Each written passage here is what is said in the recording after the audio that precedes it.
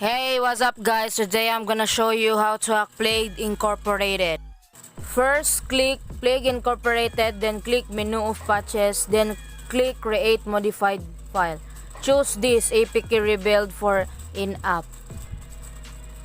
Then choose the support patch for level emulation and support patch for in-app emulation proxy server. Do not choose support patch for in-app emulation reassembly decks. Now click rebuild app and wait for it.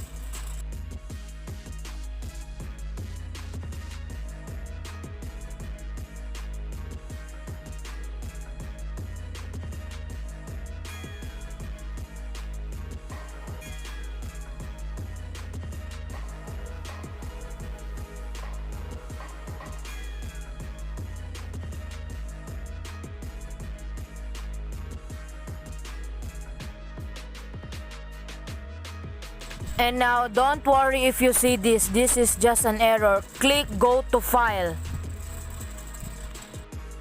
Uninstall and install APK or app. Now, just click yes, so that it will uninstall the game. Click OK. Wait for it.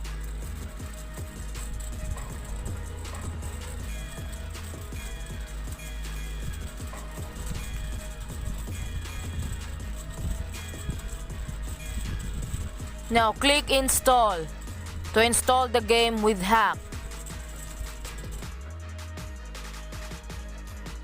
After installing, you can open the game.